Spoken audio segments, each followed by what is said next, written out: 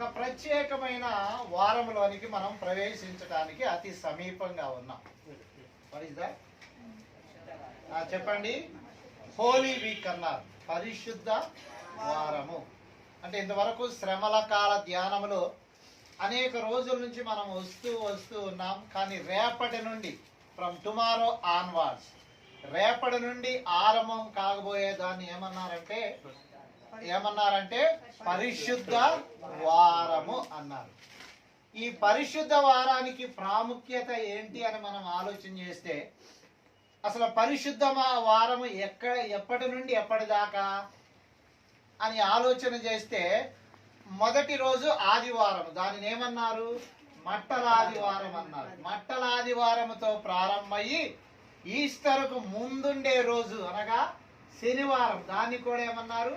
పరిశుద్ధ శనివారం అన్నారు. ఆ రోజుతో ముగిచే దాన్ని ఏమన్నారంటే హోలీ వీక్ అన్నారు. ఈ పరిశుద్ధ వారంలో మనము ప్రవేశింపబోతున్నాం. అయితే ఈ పరిశుద్ధ వారంలో ఉన్న ప్రాముఖ్యత ఏంటి అంటే, ఈ పరిశుద్ధ వారములో దేవుని బిడ్డలైన వారు, పరిశుద్ధులైన వారు, ధ్యానములో ఉన్నవారు, ఉపవాసం దినాన్ని కొనసాగిస్తున్న వారు ఏం చేస్తారంటే, మొదటగా ఆయన శ్రమలను తలుచుకుంటూ ఉంటారు. టు రిమెంబర్ హిజ్ ప్యాషన్, ఆయన శ్రమలను తలుచుకుంటూ కుమిలిపోతూ ఆ ధ్యానంలో సాగిపోతూ ఉంటారు. ఇక రెండవ విషయానికి వస్తే, ఆయన సిలువ మరణం, హిజ్ క్రూసిఫిక్షన్, సిలువలో ఆయన చనిపోయిన దాన్ని తలుచుకుంటూ దానిని ధ్యానము చేసుకుంటూ, నా కొరకు చనిపోయావా, నా కొరకు ఎందుకు చనిపోయావు, నా కొరకు ఎందుకు చనిపోవాల్సి వచ్చింది అని ఆయన సిలువ మరణాన్ని జ్ఞాపకం చేసుకుంటూ ఉంటారు. ఇక మూడవది వచ్చేసరికి ఆయన సమర్పణ, హిజ్ సాక్రిఫైస్, ఆయన మన కొరకు చేసిన త్యాగం. ఏం త్యాగం చేశాడు మనం వింటాం, వాక్యములో వినబోతున్నాం గనక. ఆయన త్యాగం, లోకములో ఎవ్వరూ చేయని త్యాగాన్ని ఆయన మన కొరకు చేశారు. ఆ త్యాగాన్ని సాక్రిఫైస్ అన్నారు గనక దానిని కూడా తలుచుకుంటూ ఏం చేస్తారంటే, ఇక చివరిగా ఉన్న అనగా ఆ శనివారం తర్వాత వచ్చేదేంటి? ఈస్టర్ పండుగ. ఆయన రెస్యురెక్షన్ అన్నారు, తిరిగి లేచుట. ఆ తిరిగి లేచిన పండుగలో ఆనందముగా, అంటే ఈ వారమంతానేమో ఈ పరిశుద్ధ వారములో వీటిని ఎక్కువగా తలుచుకుంటూ జ్ఞాపకాలలో మునిగిపోతూ కన్నీరు మున్నీరై ఉంటూ చిట్ట చివరికి ఏం చేస్తారంటే, ఆదివారం ఆయన ఉదయాన్నే లేచినాడనే ఆనందంతో ఆయనకు స్తోత్రాలు తెలియచేస్తూ ఉంటారు. దేవునికి స్తోత్రం. అలాగే ఈ పరిశుద్ధ వారంలో కొన్ని చెప్పుకోదగిన వారాలు ఉన్నాయి. మీకు తెలుసు కదా, రేపు మీ అందరికీ తెలుసు. ఏంటది? రేపు దానిని ఏమన్నారంటే పామ్ సండే, మట్టల ఆదివారము అన్నారు. ఇక మధ్యలో వచ్చే గురువారమును మాండీ థర్స్డే అన్నారు.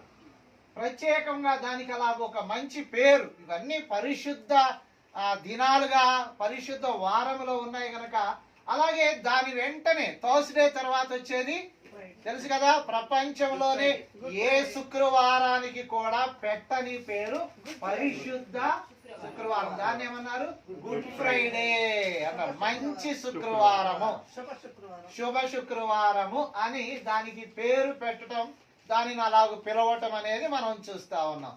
తర్వాత రోజునది సాటర్డే. అన్ని సాటర్డేలు వేరు, కానీ ఒక సాటర్డేను పరిశుద్ధ శనివారం అన్నారు, హోలీ సాటర్డే అన్నారు. అంటే ఆ వారం అంతటిని అలా సెలబ్రేట్ చేసుకుంటూ ఉంటారు.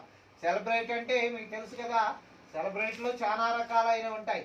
కానీ యేసయ్య మన కొరకు చేసిన దాన్ని తలుచుకుంటూ ఈ వారాన్ని ఇలా గడుపుతూ ఉంటారు.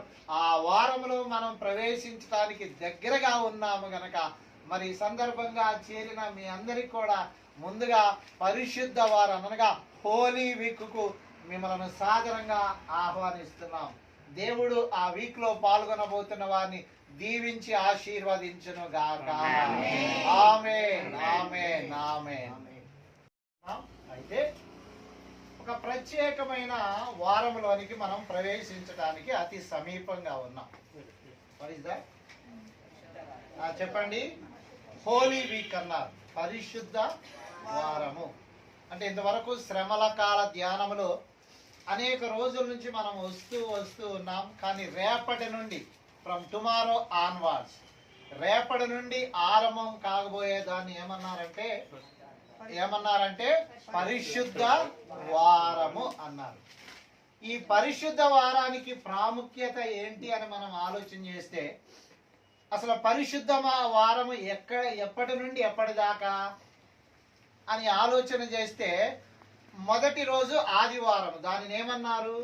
మట్టల ఆదివారం అన్నారు. మట్టల ఆదివారముతో ప్రారంభమయ్యి ఈస్టర్కు ముందుండే రోజు అనగా శనివారం, దాన్ని కూడా ఏమన్నారు? పరిశుద్ధ శనివారం అన్నారు. ఆ రోజుతో ముగిచే దాన్ని ఏమన్నారంటే హోలీ వీక్ అన్నారు. ఈ పరిశుద్ధ వారంలో మనము ప్రవేశింపబోతున్నాం. అయితే ఈ పరిశుద్ధ వారంలో ఉన్న ప్రాముఖ్యత ఏంటి అంటే, ఈ పరిశుద్ధ వారములో దేవుని బిడ్డలైన వారు, పరిశుద్ధులైన వారు, ధ్యానములో ఉన్నవారు, ఉపవాసం దినాన్ని కొనసాగిస్తున్న వారు ఏం చేస్తారంటే, మొదటగా ఆయన శ్రమలను తలుచుకుంటూ ఉంటారు.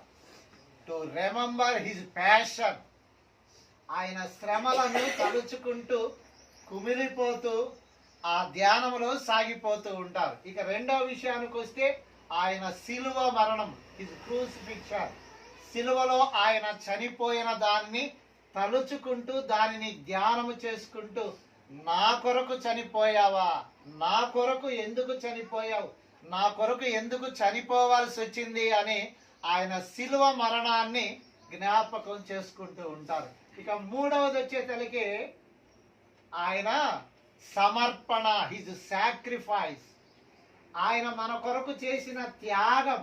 ఏం త్యాగం చేశాడు మనం వింటాం, వాక్యములో వినబోతున్నాం గనక. ఆయన త్యాగం, లోకములో ఎవ్వరూ చేయని త్యాగాన్ని ఆయన మన కొరకు చేశారు. ఆ త్యాగాన్ని సాక్రిఫైస్ అన్నారు గనక దానిని కూడా తలుచుకుంటూ ఏం చేస్తారంటే, ఇక చివరిగా ఉన్న అనగా ఆ శనివారం తర్వాత వచ్చేదేంటి? ఈస్టర్ పండుగ. ఆయన రెస్యురెక్షన్ అన్నారు, తిరిగి లేచుట. ఆ తిరిగి లేచిన పండుగలో ఆనందముగా, అంటే ఈ వారమంతానేమో ఈ పరిశుద్ధ వారములో వీటిని ఎక్కువగా తలుచుకుంటూ జ్ఞాపకాలలో మునిగిపోతూ కన్నీరు మున్నీరై ఉంటూ చిట్ట చివరికి ఏం చేస్తారంటే, ఆదివారం ఆయన ఉదయాన్నే లేచినాడనే ఆనందంతో ఆయనకు స్తోత్రాలు తెలియచేస్తూ ఉంటారు. దేవునికి స్తోత్రం. అలాగే ఈ పరిశుద్ధ వారంలో కొన్ని చెప్పుకోదగిన వారాలు ఉన్నాయి. మీకు తెలుసు కదా, రేపు మీ అందరికీ తెలుసు ఏంటది? రేపు దానిని ఏమన్నారంటే పామ్ సండే, మట్టల ఆదివారము అన్నారు. ఇక మధ్యలో వచ్చే గురువారమును మాండీ థర్స్డే అన్నారు.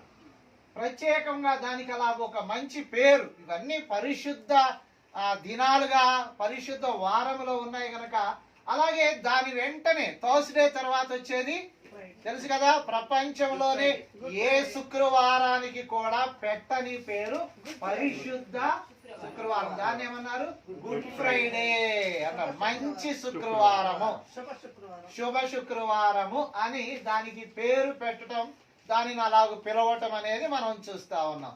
తర్వాత రోజునది సాటర్డే. అన్ని సాటర్డేలు వేరు, కానీ ఒక సాటర్డేను పరిశుద్ధ శనివారం అన్నారు, హోలీ సాటర్డే అన్నారు. అంటే ఆ వారం అంతటిని అలా సెలబ్రేట్ చేసుకుంటూ ఉంటారు. సెలబ్రేట్ అంటే మీకు తెలుసు కదా, సెలబ్రేట్ లో చాలా రకాలైన ఉంటాయి. కానీ యేసయ్య మన కొరకు చేసిన దాన్ని తలుచుకుంటూ ఈ వారాన్ని ఇలా గడుపుతూ ఉంటారు. ఆ వారంలో మనం ప్రవేశించడానికి దగ్గరగా ఉన్నాము గనక మరి ఈ సందర్భంగా చేరిన మీ అందరికి కూడా ముందుగా పరిశుద్ధ వారం అనగా హోలీ వీక్ కు మిమ్మల్ని సాదరంగా ఆహ్వానిస్తున్నాం. దేవుడు ఆ వీక్ లో పాల్గొనబోతున్న వారిని దీవించి ఆశీర్వదించును గాక. ఆమేన్, ఆమేన్, ఆమేన్.